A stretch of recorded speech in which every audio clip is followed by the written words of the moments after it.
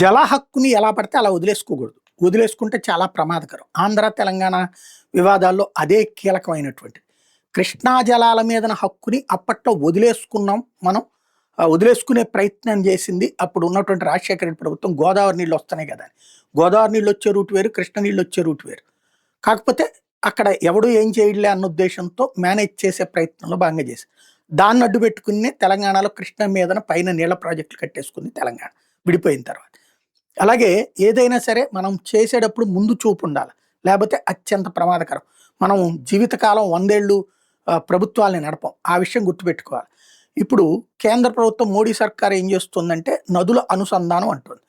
గోదావరి నీళ్ళని కావేరీకి చేర్చడానికి ఏదైతే ఛత్తీస్గఢ్ వాళ్ళకి ప్రాజెక్టులు, ఛత్తీస్గఢ్కి నీటి కేటాయింపు ఉంది కానీ ప్రాజెక్టులు ఆ లేనటువంటి సందర్భంలో ఆ నీళ్ళని తీసుకెళ్ళి కావేరీకి కలుపుతాము, ఈలోపు ఏదైతే నీళ్లు వస్తాయి అన్నటువంటి లెక్కలు చెప్తుంది. బట్ దాన్ని ఇప్పుడు తిరస్కరిస్తున్నటువంటి పరిస్థితి రాష్ట్ర ప్రభుత్వం, ఆంధ్రప్రదేశ్ ప్రభుత్వం. ఓ పక్కన కూటమిలో భాగస్వామి అయినా సరే నిర్మోహమాటంగా రాష్ట్ర జల హక్కుల కోసం నిలబడింది. ఛత్తీస్గఢ్ ఇప్పటిదాకా తన వాటా మేరకు నీళ్లు వాడుకోలేదని, ఆ నీటితో గోదావరి కావేరీ అనుసంధానం చేపడతామని కేంద్రం చెప్తుంటే ఛత్తీస్గఢ్ తమ నీళ్లు తాము వాడుకునేందుకు ప్రాజెక్టులు నిర్మించుకుంటామని చెప్తోంది. గోదావరి ద్వారా కావేరికి తరలించే నీటిని హిమాలయ నదుల నుంచి మహానదికి, అక్కడి నుంచి గోదావరికి మళ్ళిస్తామని పక్కన ప్రభుత్వం చెప్తోంది అనమాట కేంద్రం. ఈ రెండు ప్రతిపాదనలు కనీస స్థాయిలో కూడా ప్రారంభం కాలేదు. మహానది నుంచి గోదావరికి నీళ్ళు వచ్చి ఎప్పుడు వస్తాయో తెలియదు, అవి మళ్ళీ కావేరీకి అనుసంధానిస్తే ఏపీ నష్టపోతుంది.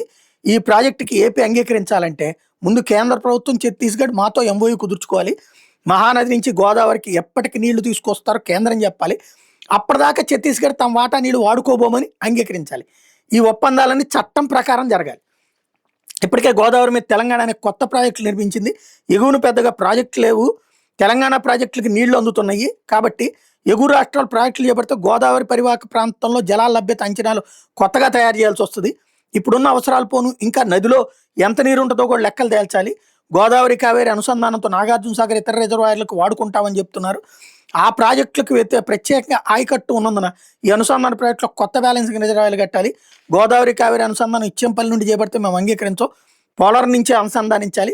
పోలవరం నుంచి ప్రకాశం బ్యారేజీ, బొల్లాపల్లి రిజర్వాయర్, బనకచెర్ల, సోమశిల మీదుగా జలాలు తరలించాలన్నది మా ప్లాను. ఈ అలైన్మెంట్ను పరిగణలోకి తీసుకోవాలి. తుంగభద్రకు అనుబంధంగా కర్ణాటక చేపట్టినటువంటి బెంటీ వరద అనుసంధాన ప్రాజెక్టులో ఏపీకి నీటి వాటా కూడా పెంచాలి అంటూ డిమాండ్ చేసింది రాష్ట్ర ప్రభుత్వం.